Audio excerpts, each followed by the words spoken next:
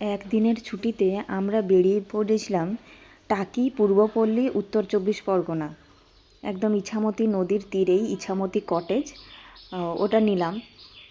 তো সন্ধেবেলায় যেহেতু পৌঁছেছি, সেজন্য সন্ধেবেলায় একটু পার্কে, নিকটবর্তী পার্কে আমরা ঘুরে এসেছি। পার্কটা খুবই সুন্দর, আলোয় ঝলমলে। একদিনের ছুটিতে রিফ্রেশমেন্টের জন্য একদম খুব সুন্দর বেড়ানোর জায়গা।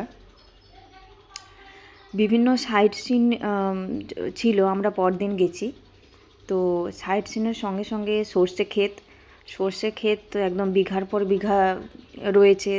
খুব মানে সুন্দর একটা পরিবেশ, একদম মাইন্ড ফ্রেশ করার জায়গা।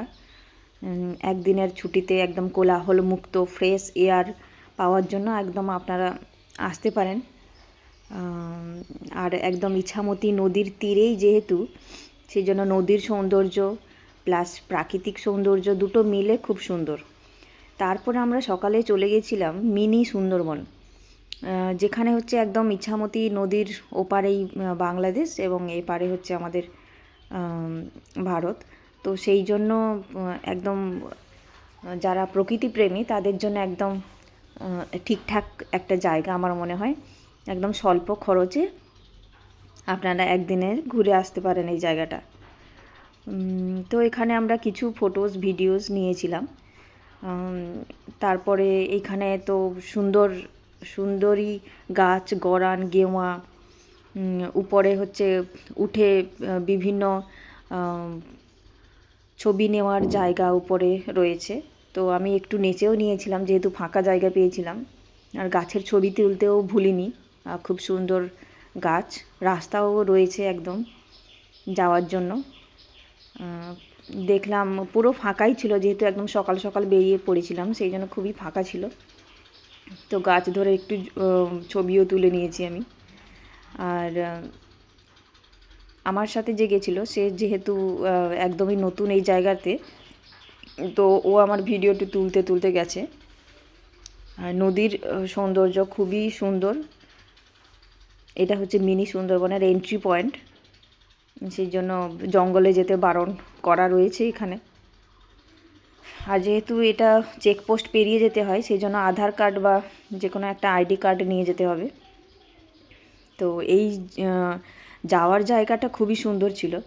আর একটা জায়গা ছিল, এটা হচ্ছে মালদ্বীপ রিসর্ট, মালদ্বীপের আদলে তৈরি। এটা যেহেতু আমরা সকালে গেছি তাই ফ্রেশ পেয়েছি, বাট রাতে গেলে এর আলোর ঝলকানিটা পাওয়া যেত। আর ওখানে রয়েছে আবার, ওখানে ডাইনোসরের ছবিও ছিল। তো জায়গাগুলো খুবই সুন্দর ছিল এবং যেহেতু ফটো নেওয়ার অনেক জায়গা তৈরি করা, তো সুন্দর দেখতে এই মালদ্বীপ রিসর্ট। এখানে থাকারও জায়গা রয়েছে, আপনার আগে থেকে প্রি বুকিং করে এখানে থাকা যেতে পারে। সুন্দর। তারপরে আমরা ওই ভ্যানে করে গেছিলাম কিছু দূর। তো আমার বন্ধুটিও ভ্যানে কোনো দিন ওঠেনি, তাই আমরা চলে গেছি। তো আমরা তারপরে গেছি টাকি রাজবাড়ি। এখানে একটা বিয়ের আয়োজন ছিল, সেই জন্য প্যান্ডেল তৈরি করা হয়েছে। তো বিভিন্ন পোড়ো বাড়ি, পুরনো দিনের বাড়ি, রাজবাড়ি, প্রচুর মন্দির, সব কিছুই এখানে পাওয়া যায়। প্লাস নদী, বাংলাদেশ ভারতের বর্ডার, সব মিলিয়ে জায়গাগুলো খুবই সুন্দর। মানে একদিনের জন্য গিয়ে ঘুরে আসা যায় সহজেই। আর একটা জায়গায় গেছিলাম, সেটা হচ্ছে এখানে গয়নার বাক্স শুটিং হয়েছিল, এই জায়গাটাও আমরা দেখেছি।